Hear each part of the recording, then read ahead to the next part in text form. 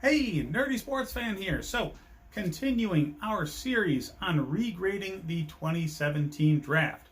We started on this path because, well, not a heck of a lot of football content going on right now with all of the awful going on in the world. And in this dry spell, everybody wants to talk football for one reason or another. And the old adage goes with the draft, you can't really understand how well or how poorly your team did until you give these guys some time to develop. And the 3-year mark seems reasonable to me. Now, Washington has not had the greatest track record. They make some draft mistakes, some big ones. They also end up just, not keeping talent. Players don't necessarily want to stay in the organization. There's been this organizational funk, really, in my estimation, since Dan Snyder bought the team, and will likely remain there until he is no longer the owner.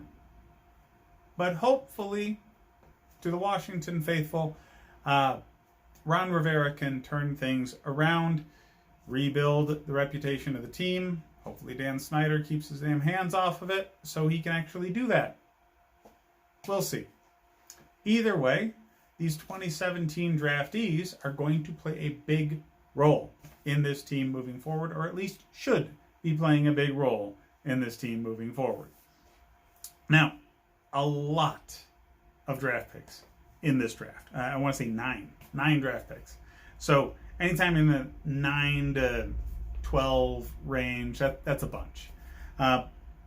First round, pick number 17, Jonathan Allen was the pick. The defensive tackle out of Alabama was expected to be a regular starter, very good player in the NFL. That's what he developed into. Is he an every play nightmare? Is he the guy that everybody's circling on game film and saying, we got to figure out how to stop that motherfucker? No. But when you add a guy like that into a line that's also going to have Kerrigan and Chase Young, I mean, that's nasty.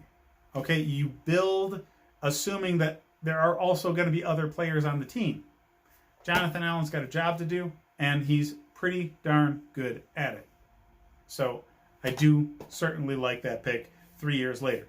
Now, in round 2, right back to the Alabama well, and they got Ryan Anderson out of Bama.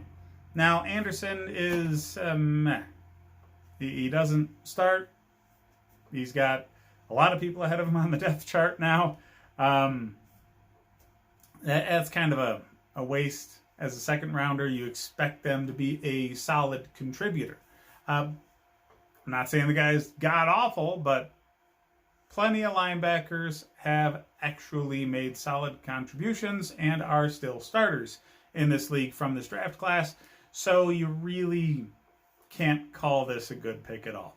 But you can't blame them from going to Alabama. I mean, if your scouting department does not necessarily have a good beat on players in general, you have a need, going to an SEC team like Alabama and just saying, look, we're just going to pick a player from Saban's roster, it's not exactly a bad strategy.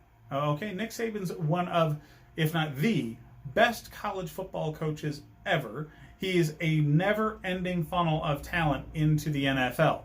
So, good try, but didn't work out.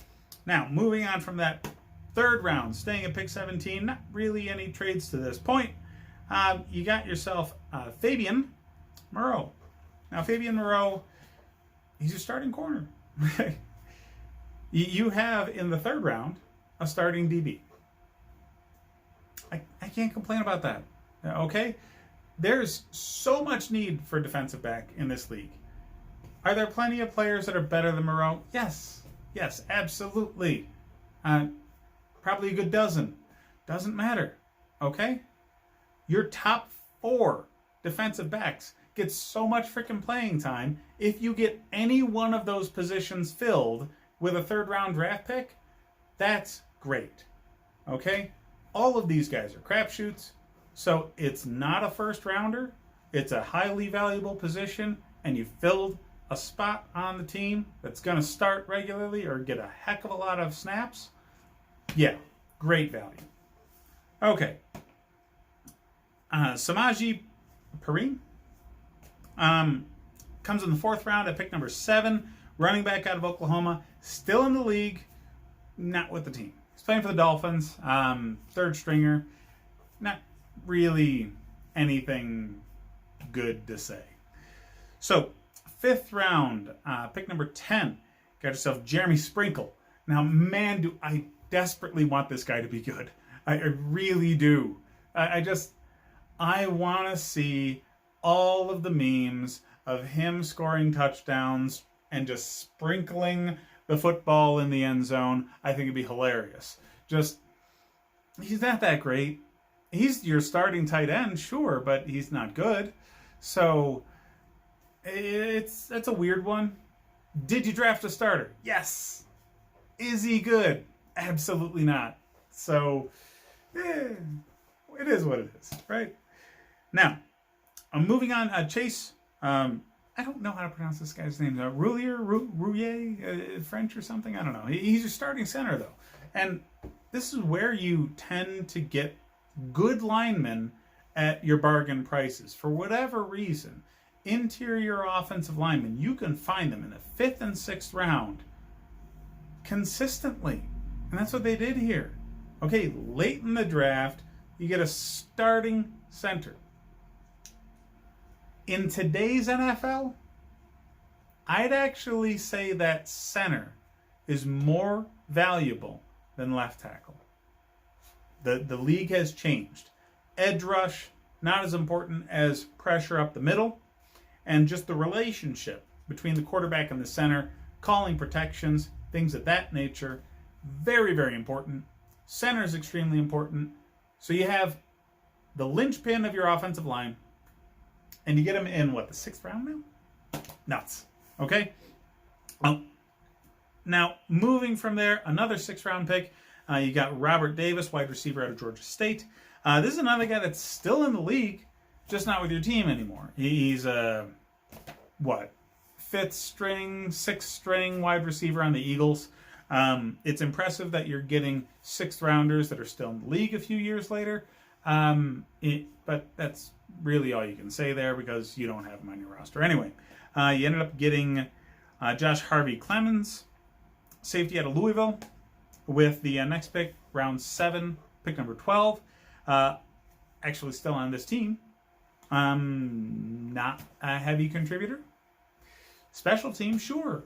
But, you can get anybody to play in special teams. But, good for him for hanging on in the league because, we all know that the NFL stands for not for long. And the average career that these guys have is 2.5, 3 years at the most? So, to come into the league 3 years later, you're still hanging on. Good on you, buddy. And the last pick in this draft, 7th round, pick number 17, ended up getting Joshua Holsey, Auburn player, no longer in the NFL. So, in this draft, you have a serious disappointment with your 2nd round pick. But you end up getting serious contributors, starters, way later in the draft.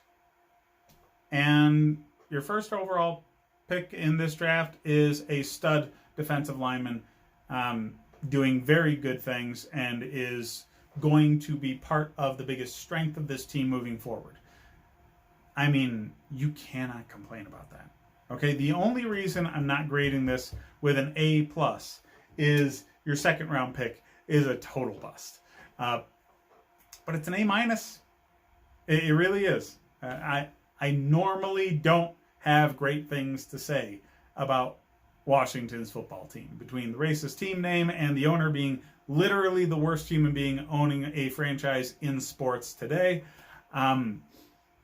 not ever really anything good to say about the team. But in this case, this draft, turns out they ended up doing pretty damn good. But hey, tell me what you think. Hit me up in the comments. Like and subscribe if you enjoy the content. And if you were looking for any of the old video game content that I used to post on this page, I actually have a separate channel for that now, the Nerd Sports Fan. I know, clever, right? And hit that up whenever you can. Thanks for watching, guys.